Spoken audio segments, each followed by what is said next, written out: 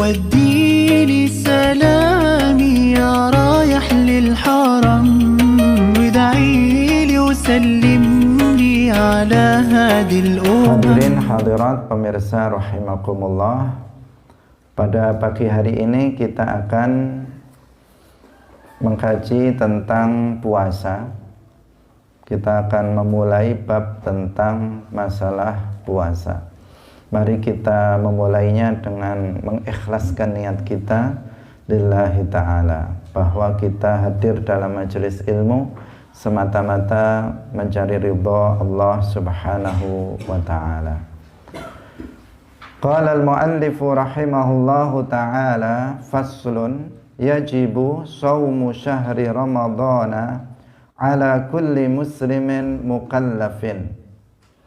Yajibu wajib apa shaumu syahri ramadana, poso wulan Ramadan, ala kulli muslimin ing atase saben-saben wong Islam, mukallafin kang mukallaf.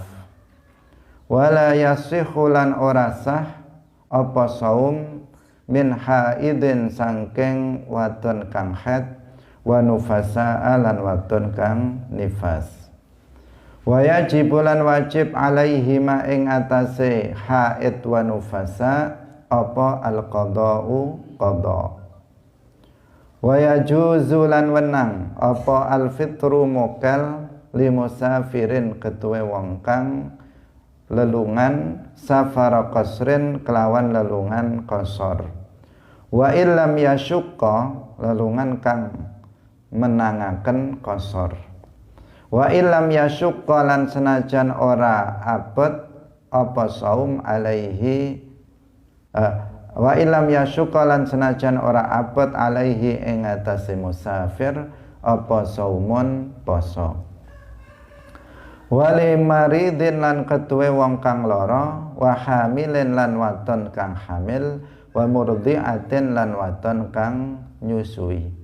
Yasyukku kang abet alaihim ing atase marid wa hamil wa murdiah, masyaqqatan kelawan abet la tahtamilu kang ora bisa nanggung, wa la tahtamilu kang ora bisa nanggung al-fitra ing mukel. Wa yajibu lan wajib alaihim ing atase kabeh apa al-qada'u qada'.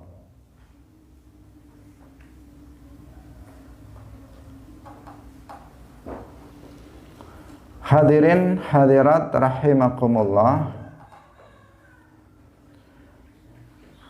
dalam pasal ini muallif menjelaskan tentang orang yang wajib untuk melaksanakan puasa Ramadan.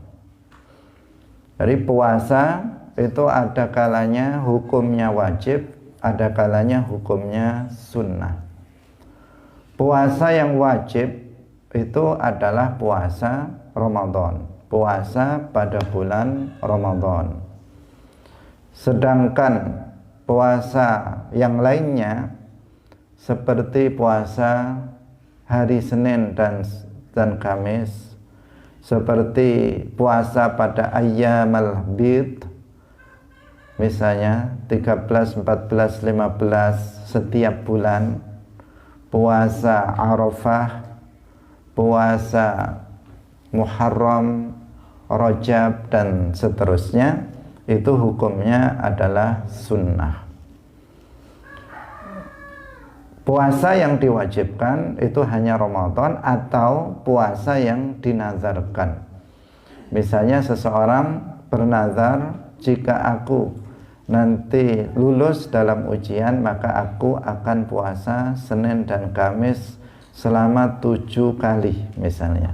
Maka itu puasa Senin Kamis itu menjadi wajib. Tetapi pada dasarnya hukumnya adalah sunnah. Nah, puasa itu apa artinya?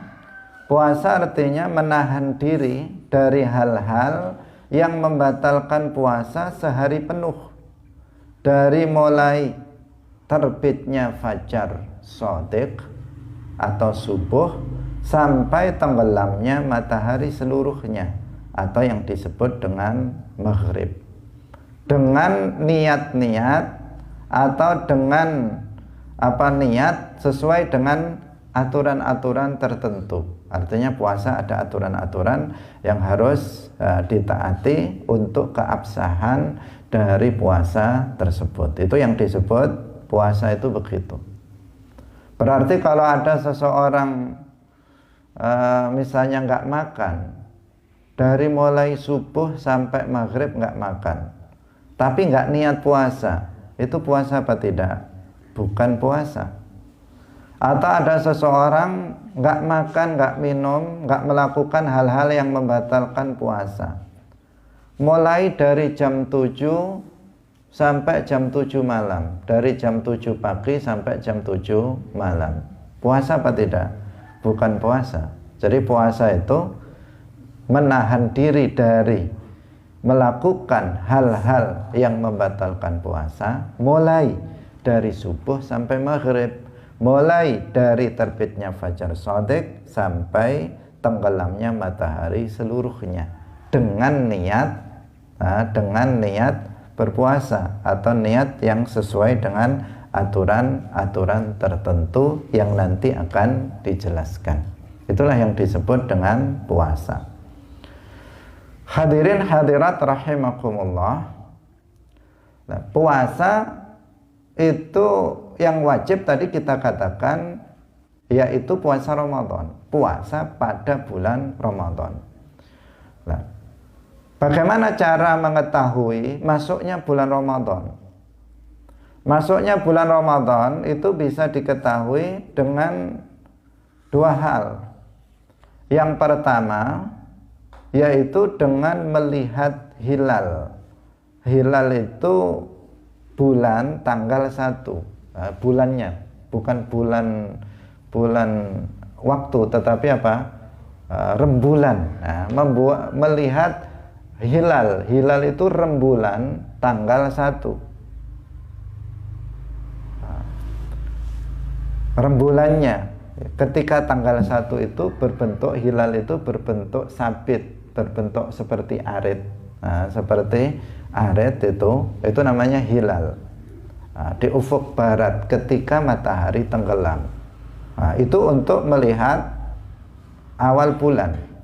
Jadi seseorang ketika bulan Sya'ban itu sudah tanggal 29, maka pada waktu maghrib, hari ini tanggal 29, waktu maghrib, disitulah waktu untuk muraqabatul hilal, untuk melihat hilal. Apakah hilal itu terlihat ketika matahari tenggelam atau tidak terlihat?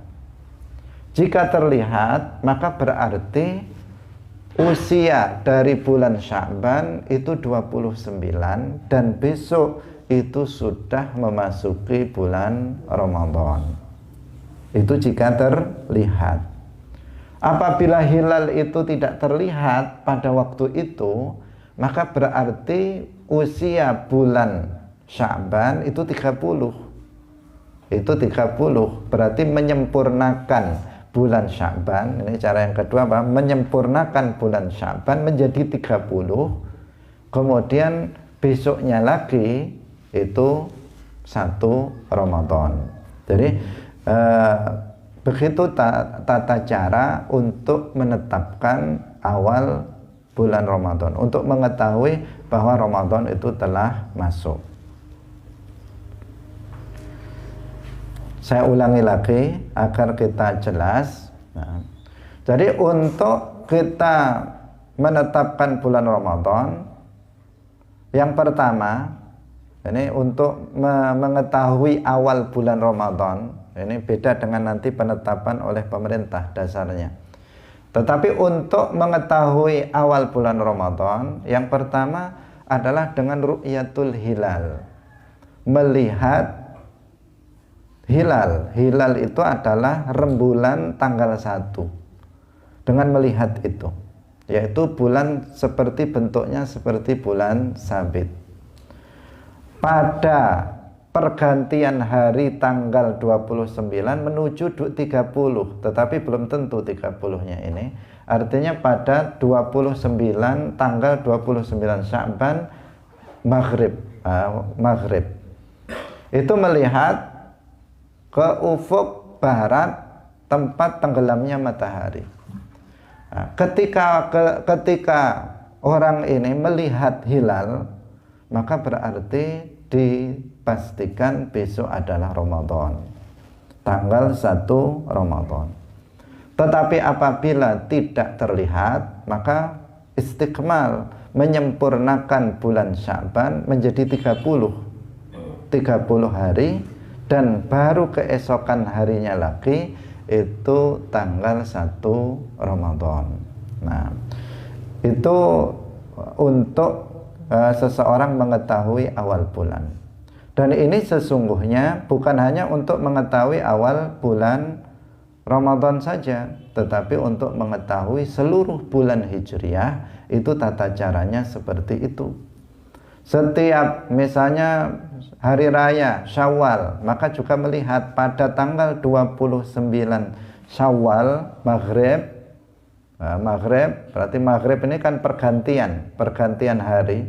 Itu melihat, jika melihat pada hilal, jika hilal itu terlihat, maka berarti besok hari raya. Jika tidak, maka berarti besok masih tanggal 30 Ramadan, besoknya lagi baru Syawal. Melihat bulan Dzulqa'dah, maka dilihat tanggal 29 Syawal. Ketika maghrib tanggal 29 itu dilihat, jika hilal terlihat, maka berarti besok adalah bulan Dzulqa'dah. Jika tidak terlihat, maka berarti Syawalnya 30 hari, kemudian keesokan harinya lagi baru tanggal 1 Dzulqa'dah. Begitu juga untuk melihat bulan Dzulhijjah, tanggal 29 Dzulqa'dah waktu maghrib dilihat hilal.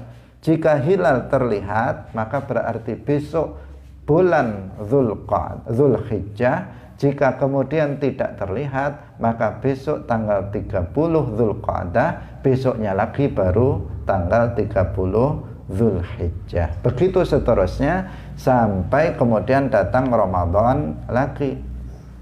Nah, sebagian dari umat Islam itu harus ada yang muraqabah. Ini namanya hukum fardu kifayah. Setiap bulan harus ada sebagian umat Islam yang melakukan muraqabatul hilal, mengamati hilal apakah terlihat atau tidak terlihat untuk menentukan awal bulan. Harus ada. Dan orang yang melakukannya berarti dia akan mendapatkan pahala yang besar. Kenapa? Karena ini hukumnya wajib. Meskipun wajibnya adalah wajib kifayah, tetapi hukumnya wajib, yang pahalanya lebih besar dari pahala melakukan amalan sunnah. Nah, pahalanya lebih besar dari amalan sunnah. Jadi kalau kita melakukan muraqabah, itu pahalanya lebih besar daripada kita misalnya sholat sunnah atau puasa sunnah dan seterusnya. Karena itu kita hendaknya berusaha untuk bisa muraqabatul hilal setiap bulan, yaitu tanggal 29 melihat pergantian hari pada waktu maghrib itu. Hadirin hadirat rahimakumullah. Karena peran ini itu sedikit orang yang mau. Rata-rata banyak orang itu, kebanyakan orang melakukan muraqabatul hilal hanya saat menjelang Ramadan atau saat menjelang Syawal. Setelah itu jarang orang yang melakukan muraqabatul hilal. Padahal muraqabatul hilal itu fardu kifayah setiap bulan. Karena di sini setiap bulan itu kan ada puasa. Setiap bulan kan ada puasa sunnah. Misalnya Ayyamul Bid, puasa tanggal 13, 14, 15. Itu kalau nggak tahu tanggal 1 bulan, misalnya pada bulan ini, bulan apa ini? Rabiul Awal. Kalau nggak tahu tanggal 1 Rabiul Awal, bagaimana dia menentukan tanggal 13? Nah, kan bisa keliru nanti. Nah, karena itulah maka setiap bulan harus ada orang yang melakukan muraqabatul hilal. Hadirin hadirat rahimakumullah. Kemudian yang berikutnya, bulan Ramadan ditetapkan berdasarkan kesaksian satu orang laki-laki yang adil. Ini maksudnya adalah untuk isbat, penentuan oleh pemerintah. Nah, pemerintah ini mau menentukan besok Ramadan, hari ini Ramadan misalnya, hari ini Syawal dan seterusnya. Itu dasarnya apa? Pemerintah menetapkan itu, jawabannya adalah berdasarkan kesaksian satu orang laki-laki yang adil. Jadi berdasarkan kesaksian ada satu orang laki-laki yang adil. Adil di sini artinya secara zahir dia melaksanakan sholat, dia berpuasa, pokoknya secara zahir dia itu orang yang mengamalkan syariat Islam. Ini berarti ini orang yang adil. Nah, ada seorang laki-laki adil memberitahu kepada pemerintah mengatakan, saya telah melihat hilal. Saya telah melihat hilal. Maka berdasarkan persaksian ini, pemerintah menetapkan bahwa besok itu adalah Ramadan. Tetapi apabila misalnya yang melaporkan itu adalah perempuan, ada seorang perempuan datang mengatakan, saya melihat hilal, maka persaksiannya tidak bisa digunakan oleh pemerintah untuk menetapkan awal Ramadan, karena syaratnya dia harus laki-laki. Saksi itu yang melihat hilal itu harus laki-laki, baru bisa diterima untuk menetapkan awal Ramadan. Tapi kalau ada perempuan melihat hilal, maka untuk dia sendiri harus berpuasa besok. Meskipun pemerintah tidak menetapkan besok Ramadan karena yang melihat itu perempuan. Tapi untuk diri pribadi dia, karena dia telah melihat hilal, maka dia berpuasa. Tetapi tidak bisa digunakan untuk menetapkan untuk seluruh negara. Nah, karena syaratnya yang bisa digunakan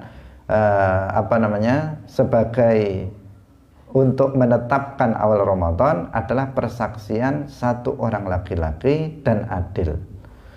Nah, itu pun yang mukallaf, ya, muslim yang mukallaf.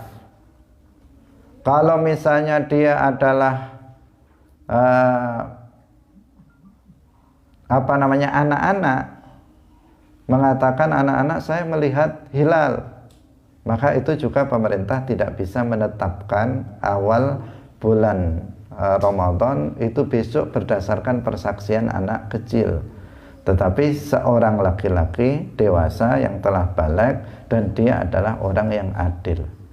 Kalau laki-laki itu bukan orang yang adil, nggak pernah sholat misalnya, maksiat dilakukan, kemudian dia mengatakan saya melihat hilal, maka orang ini juga tidak bisa berdasarkan persaksiannya pemerintah menetapkan awal Ramadan. Nah, hadirin hadirat rahimakumullah. Ini tentang apa? Bagaimana menentukan awal Ramadan. Nah, yaitu dengan cara ru'yatul hilal, melihat rembulan tanggal 1, bulan sabit tanggal 1. Yang kedua dengan istiqmal jika tidak terlihat, hilal. Jika tidak terlihat hilal, maka menyempurnakan bulan Sya'ban menjadi 30 hari, kemudian baru keesokan berikutnya itu tidak perlu melihat lagi, karena sudah secara otomatis besoknya lagi itu pasti Ramadan. Kenapa? Karena bilangan bulan Hijriyah itu kalau tidak 29 maka 30, hanya itu saja. Enggak ada bilangan bulan Hijriyah itu yang 30 hari. Yang 31 hari itu nggak ada. Seperti halnya dalam kalender umum. Kalau dalam kalender umum ada yang 31 hari dalam satu bulan. Tetapi kalau bulan Hijriyah itu kalau tidak 29 hari maka 30, hanya 2 saja. Makanya tadi melihat hilalnya yaitu tanggal 29, karena ada kemungkinan bulan itu usianya cuma 29 hari. Jika nggak terlihat hilal baru disempurnakan menjadi 30 hari. Setelah itu besoknya nggak perlu lihat hilal lagi, karena sudah dipastikan besoknya pasti sudah masuk Ramadan, karena nggak mungkin ada bulan Syaban 31 hari. Hadirin hadirat rahimakumullah. Kemudian muallif menjelaskan bahwa puasa Ramadan ini wajib ala kulli muslimin mukallafin. Wajib dilakukan oleh setiap muslim yang mukallaf. Itu yang wajib untuk berpuasa. Orang yang tidak mukallaf atau orang yang kafir bukan muslim tidak wajib untuk berpuasa. Artinya tidak wajib untuk diminta berpuasa. Adapun nanti di akhirat orang kafir itu diazab karena nggak berpuasa. Tetapi di dunia tidak dikatakan kepada orang kafir kamu puasalah. Tidak dikatakan kepada orang kafir kamu puasalah, enggak. Kenapa? Karena orang kafir tidak wajib berpuasa, artinya tidak wajib mutolabah, diminta untuk berpuasa di dunia ini. Di dunia. Nanti di akhirat dia diazab karena tidak berpuasa. Tetapi seandainya dia berpuasa juga dianggap tidak puasa, karena puasanya orang kafir itu tidak sah. Nah, jadi maju kena, mundur kena orang kafir ini. Kalau dia puasa juga dianggap nggak puasa, kalau dia nggak puasa juga nanti diazab karena nggak berpuasa. Jadi makanya orang kafir itu nanti di akhirat tidak memiliki kebaikan sedikit pun. Nah, sedikit pun mereka tidak memiliki kebaikan. Nah, hadirin hadirat rahimakumullah. Kemudian mukallaf artinya al-balighul aqil. Berarti orang yang anak kecil yang belum baligh itu tidak wajib berpuasa. Anak kecil yang belum baligh tidak wajib berpuasa. Meskipun orang tuanya, walinya itu wajib memerintahkan anak yang telah berumur 7 tahun dan mumayyiz untuk berpuasa. Yang wajib orang tuanya wajib memerintahkan, walinya wajib memerintahkan anak yang telah berusia 7 tahun dan mumayyiz dan mampu untuk puasa, untuk berpuasa. Tapi anak itu jika nggak berpuasa berdosa atau tidak? Jawabannya tidak. Karena secara pribadi dia belum berkewajiban untuk melaksanakan puasa Ramadan. Karena puasa Ramadan ini wajib dilaksanakan oleh muslim yang mukallaf. Dan mukallaf artinya al-balighul aqil, orang yang baligh dan dia berakal. Nah, sementara dia belum baligh, maka dia tidak wajib untuk berpuasa. Kemudian berakal. Kalau orang gila itu dia juga tidak wajib untuk berpuasa. Orang gila tidak wajib untuk melaksanakan puasa Ramadan. Hadirin hadirat kaum muslimin muslimat pemirsa Madu TV rahimakumullah. Kemudian disyaratkan juga yang wajib untuk berpuasa Ramadan itu adalah orang yang mampu. Kalau orang itu tidak mampu untuk berpuasa karena usianya yang sudah sangat tua, renta, nggak bisa untuk berpuasa, maka dia juga diperbolehkan untuk tidak puasa.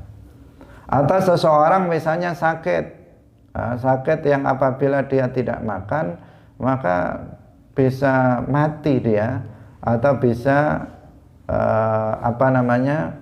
sulit sembuh dari penyakitnya, maka di sini dia juga tidak diwajibkan untuk berpuasa. Atau orang yang orang yang tidak ada harapan untuk sembuh, orang yang punya penyakit tidak ada harapan untuk sembuh, maka dia tidak diwajibkan untuk berpuasa. Hadirin hadirat yang dirahmati oleh Allah Subhanahu wa ta'ala. Kemudian ada orang yang tidak boleh berpuasa dan tidak sah jika berpuasa, yaitu haid dan nufasa, perempuan yang haid dan perempuan yang nifas. Ini justru haram apabila dia melakukan puasa, hukumnya haram, justru dia berdosa. Kalau nggak berpuasa nggak apa-apa, kalau dia berpuasa justru dia berdosa, yaitu perempuan yang haid dan nifas. Karena itulah maka perempuan yang haid dan nifas itu tidak boleh dia untuk berpuasa, meskipun nanti setelah hari raya dia harus mengqadha puasa yang telah ditinggalkannya karena haid dan nifas. Berbeda dengan sholatnya. Seorang perempuan yang haid dan nifas, dia juga haram untuk sholat, tetapi setelah berhenti darah haidnya, dia tidak wajib untuk mengqadha sholatnya. Tetapi jika itu adalah puasa, dia nggak boleh puasa, dan nanti setelah hari raya dia harus mengqadha puasanya tersebut. Hadirin rahimakumullah. Kemudian ada juga orang-orang yang boleh untuk tidak berpuasa. Dikatakan wa yajuzul fitru limusafirin. Yang pertama adalah musafir. Ada orang-orang yang boleh untuk tidak berpuasa, namun dia wajib untuk mengqadhanya. Kalau yang tadi pertama kita sebutkan, yaitu orang yang sudah tua renta,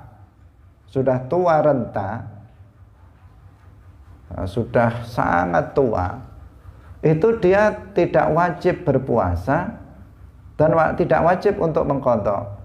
Dia hanya membayar fidyah sebagai ganti dari puasanya.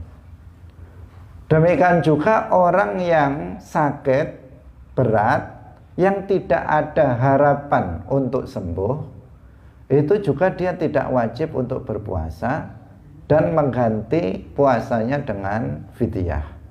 Nah, kalau yang sekarang ini kita bicarakan adalah orang-orang yang boleh tidak berpuasa, bukan tidak wajib berpuasa, tetapi boleh dia untuk tidak puasa, boleh dia untuk tidak puasa, tetapi dia harus mengqadhanya.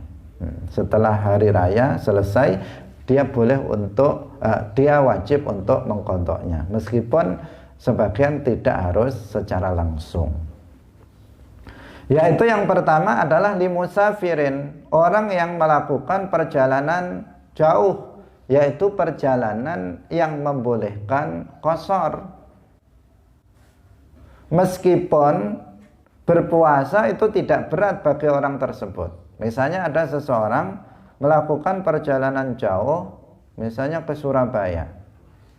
Ke Surabaya ini dia pakai mobil pribadi dia. Sebenarnya kalau dia puasa ya kuat, karena nggak ada berat sama sekali bagi dia. Tetapi karena dia melakukan perjalanan jauh yang membolehkan qashar lebih dari 80 km, maka dia di sini dia di sini boleh untuk tidak berpuasa, namun wajib baginya untuk mengqadha nanti setelah hari raya. Ini untuk siapa? Untuk musafir. Yaitu safar qasrin perjalanan yang membolehkan qasar. Tentang ukurannya telah kita jelaskan sebelumnya. Kalau diukur kilometer maka berbeda-beda. Berbeda-beda antara sebagian ulama dengan ulama yang lain. Hadirin hadirat yang dirahmati oleh Allah Subhanahu wa ta'ala. Kapan seorang musafir itu boleh untuk tidak berpuasa? Yaitu apabila orang musafir itu telah meninggalkan baladnya, telah meninggalkan daerahnya setelah atau sebelum subuh. Jadi dia sudah meninggalkan umronul balad sebelum subuh. Jadi misalnya kita berada di kampung ini, kemudian sebelum subuh kita sudah meninggalkan kampung ini dengan ditandai misalnya adalah daerah yang daerah bulak yang tidak ada rumah kanan kiri.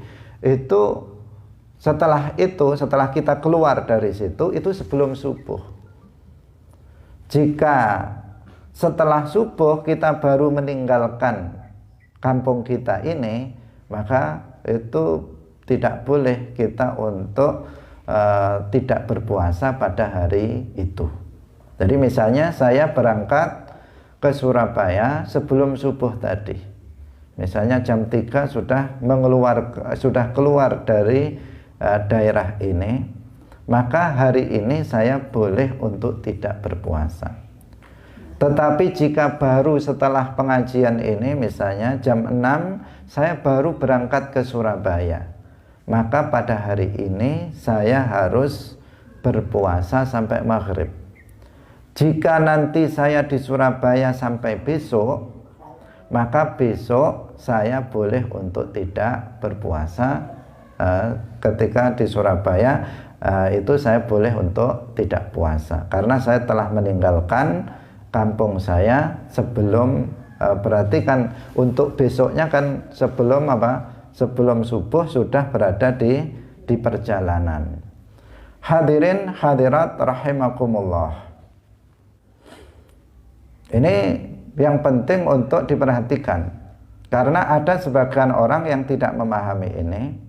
Begitu seseorang sudah berniat besok mau pergi ke Surabaya, besok mau pergi ke Jakarta, tetapi berangkatnya jam 7 pagi, itu dia malamnya sudah nggak sahur, dia sudah berniat, sudah nggak niat puasa. Ini adalah kekeliruan. Itu keliru yang seperti itu. Kalau dia meninggalkan rumahnya setelah subuh, maka dia harus berpuasa hari itu sampai sempurna. Kalau dia ingin besok tidak berpuasa, maka sebelum subuh dia harus keluar dari daerahnya. Entah nanti mampir di mana, yang penting dia harus keluar dari baladnya. Setelah itu mau nunggu terang dulu misalnya, itu tidak masalah. Yang penting dia harus sudah keluar dari baladnya. Hadirin hadirat yang dirahmati oleh Allah Subhanahu wa ta'ala. Meskipun tadi kita katakan perjalanan itu tidak berat bagi dia untuk puasa, meskipun dia kuat untuk puasa itu, kalaupun dia tidak puasa itu tetap diperbolehkan. Kemudian yang kedua, orang yang boleh untuk tidak berpuasa tetapi dia wajib untuk mengqadha'nya adalah orang yang sakit. Sakit ini ada ketentuannya, yaitu sakit apabila dia berpuasa maka itu berat bagi orang itu. Artinya bukan penyakit yang ringan, bukan penyakit panu, bukan, atau penyakit kulit, atau punya penyakit flu biasa, atau penyakit misalnya batuk biasa, enggak, tetapi penyakit yang apabila dia gunakan untuk puasa maka itu berat bagi dirinya. Misalnya dia menjadi mati misalnya, atau dia menjadi lemes tidak berdaya, bisa pingsan, atau dia bisa penyakitnya tambah berat dan seterusnya, ini berarti penyakit yang membuat dia masyaqqah, berat untuk melaksanakan puasa. Baru orang yang sakit seperti ini boleh untuk tidak puasa. Berbeda halnya tadi dengan orang musafir.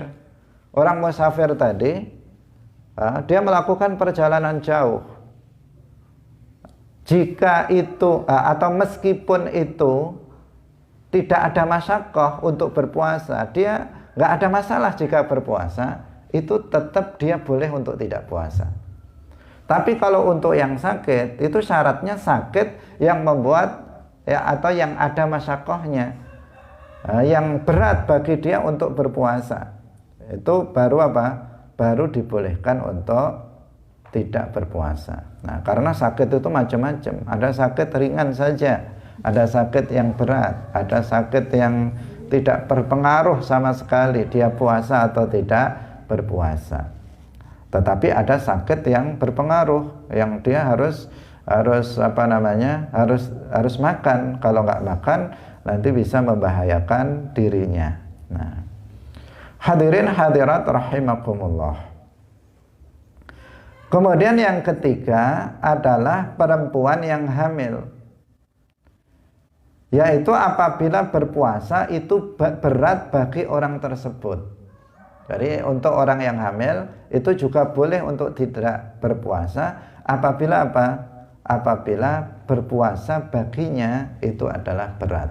Misalnya bisa membahayakan kesehatan dirinya, dia bisa mati, dia bisa pingsan, dia bisa sakit dengan sebab berpuasa. Ini perempuan yang hamil seperti itu boleh untuk tidak puasa. Tetapi perempuan hamil yang nggak ada masyaqqah, kalau dia berpuasa nggak ada masalah, dan itu sudah terbukti dia sehat-sehat saja, tidak ada masyaqqah pada dirinya, juga tidak membahayakan janin yang ada di rahimnya. Maka perempuan seperti ini dia wajib untuk berpuasa. Ini juga perlu diingatkan lagi. Kebanyakan kaum perempuan yang hamil itu merasa kalau sudah hamil udah langsung boleh tidak berpuasa. Nggak seperti itu. Tidak seperti itu. Orang yang hamil dia harus berpuasa, wajib dia berpuasa. Baru kalau dia tidak kuat, maka dia boleh untuk tidak berpuasa. Bisa dipahami ya? Karena di sini dijadikan atau ada salah pemahaman dari sebagian orang. Begitu perempuan hamil, udah setiap hari nggak puasa. Setiap hari nggak puasa karena ada keterangan orang hamil boleh nggak berpuasa. Orang hamil itu wajib berpuasa kecuali apabila jika dia itu berpuasa kemudian ada masyaqqah pada dirinya. Dia harus tahu kalau itu ada masyaqqah. Ada sesuatu yang berat yang menjadikan nanti kalau dia berpuasa kemudian dia akan sakit, janinnya akan nanti konsekuensinya berbeda ya. Antara nanti mengkhawatirkan dirinya atau mengkhawatirkan bayi yang ada di rahimnya, nanti konsekuensinya itu berbeda ketentuannya. Tetapi boleh apabila seseorang hamil kemudian menimbulkan masyaqqah pada dirinya atau pada janin yang ada di rahimnya, maka dia boleh untuk tidak berpuasa. Tapi harus kalau dia belum tahu ini nanti ada masyaqqah apa enggak, maka dia harus mencoba berpuasa dulu. Jika ternyata dia enggak kuat, ada masyaqqah karena kehamilannya, maka baru dia boleh untuk tidak berpuasa. Atau sudah terbukti dia sudah berkali-kali puasa dan kemudian yang terjadi adalah seperti itu, maka baru dia boleh untuk tidak berpuasa. Ini bagi perempuan yang hamil, juga bagi perempuan yang menyusui. Jadi kalimatnya itu bukan orang yang hamil dan menyusui boleh tidak puasa secara mutlak, bukan seperti itu.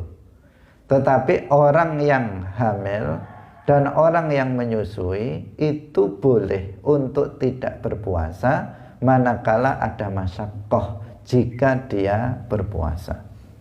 Nah, bagaimana tahu dia ada masyaqqah ketika berpuasa? Ya, dia berarti harus puasa dulu. Kalau dia puasa kemudian terjadi masyaqqah, baru dia boleh mokel, baru boleh dia untuk membatalkan puasanya. Atau dia sudah mengujinya berkali-kali bahwa ketika dia hamil kemudian dia puasa, maka dia tidak kuat, ada masyaqqah. Maka di sini baru dia boleh untuk tidak berpuasa. Bagi siapa? Bagi perempuan yang hamil atau menyusui tersebut. Nah, jadi nggak boleh bagi seorang perempuan yang hamil atau menyusui itu langsung aja. Oh, saya hamil, saya nggak puasa. Nah, nggak bisa seperti itu. Langsung dari malamnya sudah nggak berniat untuk berpuasa. Nggak seperti itu. Tetapi dia harus mencoba berniat untuk puasa. Jika ada masyaqqah, baru dia membatalkan puasanya. Sama dengan orang yang sakit tadi. Sakit itu yang membolehkan seseorang tidak puasa, yaitu sakit yang kemudian menimbulkan masyaqqah pada dirinya apabila dia berpuasa. Beda dengan apa tadi? Musafir tadi. Kalau musafir, begitu seseorang meninggalkan daerahnya sebelum subuh, masih sehat bugar misalnya, sebelum subuh dia sudah meninggalkan daerahnya, dia dalam kondisi fit badannya karena tadi berangkat juga makan banyak misalnya, masih fit, tapi dia sudah meninggalkan daerahnya, maka dia boleh nggak puasa. Jam 7 makan sarapan boleh, dengan syarat apa? Dia sudah meninggalkan balatnya sebelum subuh. Tetapi apabila dia meninggalkan balatnya, daerahnya itu, kampungnya itu setelah subuh, maka dia harus menyempurnakan puasa dia hari itu.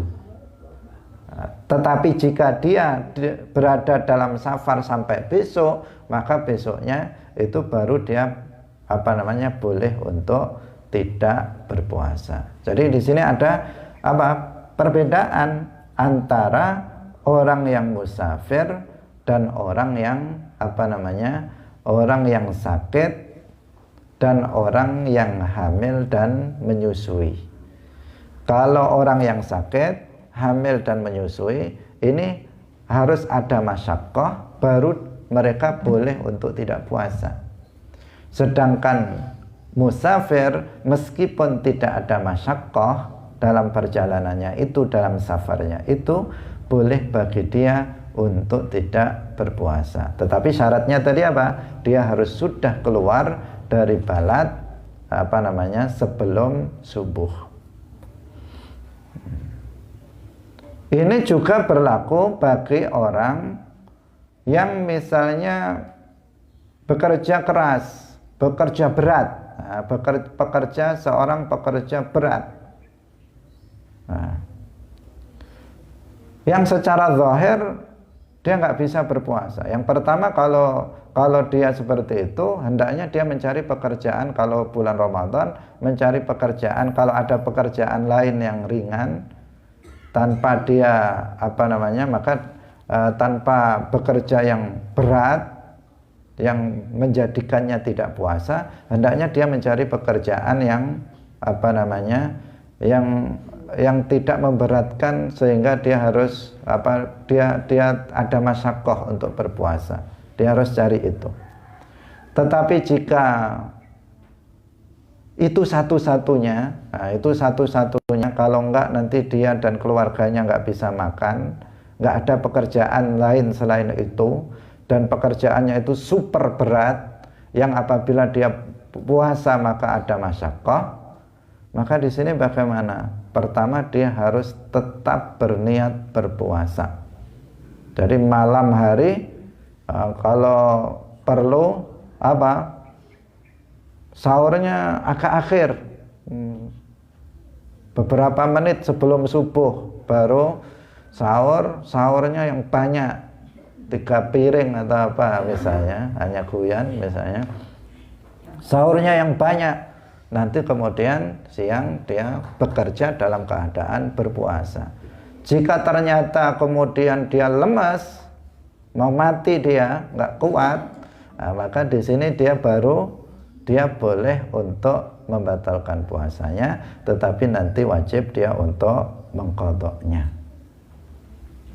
Seperti itu caranya, bukan kemudian besok saya kerja keras di sawah, saya kerja berat nanti jadi kuli bangunan, malam sudah nggak sahur, sudah nggak niat pagi-pagi istrinya membuatkan sarapan.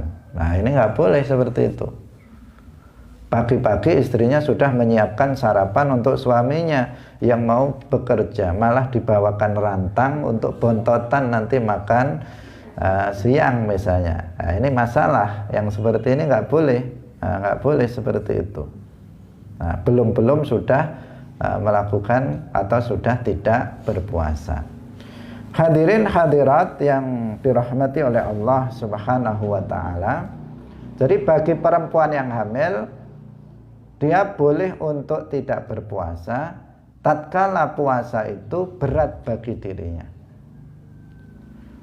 Atau perempuan yang menyusui itu juga boleh untuk tidak berpuasa manakala jika dia berpuasa maka itu berat, ada masyaqqah bagi dirinya.